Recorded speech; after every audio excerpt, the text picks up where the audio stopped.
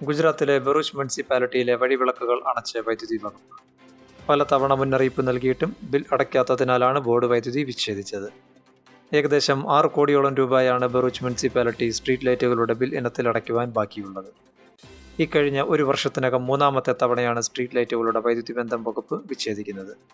നഗരത്തിലെ 1500ഓളം വഴിവിളക്കുകൾ അണഞ്ഞത് 2 ലക്ഷത്തോളം ആളുകളെ ബാധിച്ചു. 30 വർഷമായി BJPയാണ് മുനിസിപ്പാലിറ്റിയുടെ ഭരണം കൈയാളുന്നത്.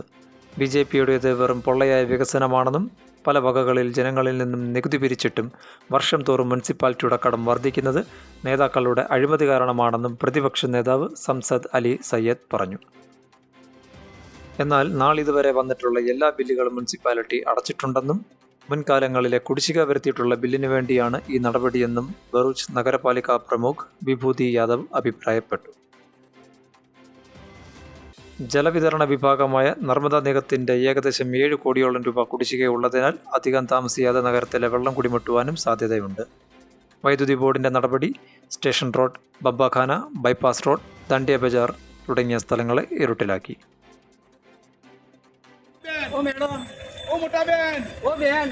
અમે નગરપાલિકાનું દેવું ચૂકતા કરોડ પૈસા લઈને આવ્યા છે.